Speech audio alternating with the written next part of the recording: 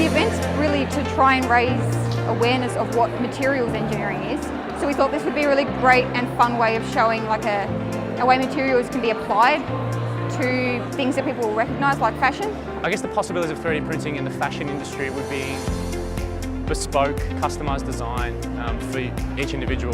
Coming into the shop, getting scanned, maybe taking your measurements, inputting that into a 3D printer and getting your personal piece back would be, I think, a pretty exciting possibility.